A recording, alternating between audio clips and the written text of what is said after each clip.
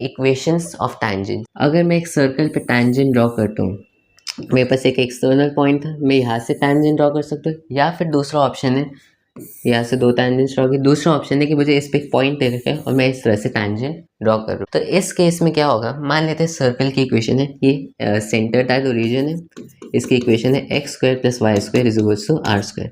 तो इस केस में अगर ये पॉइंट ऑफ कॉन्टैक्ट जो है x1 कॉमा y1 है, तो फिर इसके टैंजेंट की इक्वेशन क्या हो जाएगी, वो हो जाएगी t इज इक्वल टू 0। इसका क्या मतलब है, जब भी t की टर्म आए इसमें आपको क्या करना होगा, एक्स स्क्वायर की जगह x1 लिखना होगा, वाई स्क्वायर की जगह y1 लिखना होगा, xy की जगह x1y plus y1x divide by 2 लिखना होगा। तो ये सारी चीज़ें आपको करनी पड़ेगी। तो ये मैंने आपको क्या बताया कि जब भी आप इस टाइप की ट्रांसफॉर्मेशन करो, मतलब कि अगर मेरे पास ये सर्कल ले रखा है, सेंटर था तो ओरिजिन और point of contact x1 comma y1 है, तो टैंजेंट की इक्वेशन हो जाएगी t इज इक्वल टू 0। इसका क्या मतलब है, जो आपके पास सर्कल की इक्वेशन है उसमें आप एक्स स्क्वायर की जगह x1 लिखोगे, वाई स्क्वायर की जगह y1 लिखोगे और xy की जगह x1y plus y1x divide by 2 लिखोगे। लेकिन इसका कोई यूज़ नहीं क्योंकि सर्कल में ये होता नहीं, ठीक है।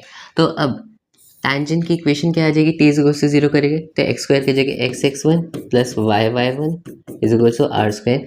ये मुझे पता चल गई इक्वेशन ऑफ टैंजेंट इस पॉइंट पर। इस पॉइंट पे इक्वेशन ऑफ टैंजेंट क्या होगी, और इस टाइप से जो मैंने इक्वेशन लिखी है टैंजेंट की, इसे हम कहते हैं पॉइंट फॉर्म। क्योंकि टैंजेंट को निकालने के 3 तरीके होते हैं, टैंजेंट हो या फिर नॉर्मल हो। उसमें हम 3 टाइप्स डिस्कस करते हैं। पहला आ जाता है पॉइंट फॉर्म, फिर आ जाता है पोलर फॉर्म और लास्ट में आ जाते हैं स्लोप फॉर्म। हमने पॉइंट फॉर्म डिस्कस कर लिया क्योंकि हमने इसमें जो टैंजेंट है x1 और y1 की टर्म्स में लिखी है। अब पोलर फॉर्म में क्या होगा, आप जो है x1 और y1 की जगह इनके पोलर कोऑर्डिनेट सब्स्टिट्यूट करोगे, या फिर कह लो पैरामीट्रिक फॉर्म भी कह सकते हैं इसे।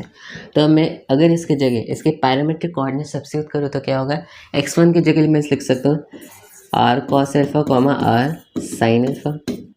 अब बस कुछ नहीं करना, ये इसके पैरामीट्रिक कोऑर्डिनेट्स, इसको अगर मैं इस इक्वेशन में पुट कर दूं तो क्या होगा, r से r कैंसिल आउट हो जाएगा, x cos alpha plus y sin alpha is equal to r। ये मुझे पता चल गई parametric form of equation of tangent.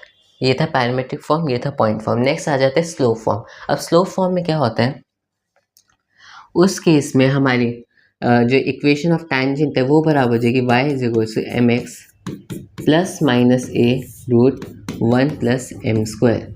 तो स्लोप फॉर्म में हम इक्वेशन ऑफ टैंजेंट जो है इस तरह से लिखते हैं।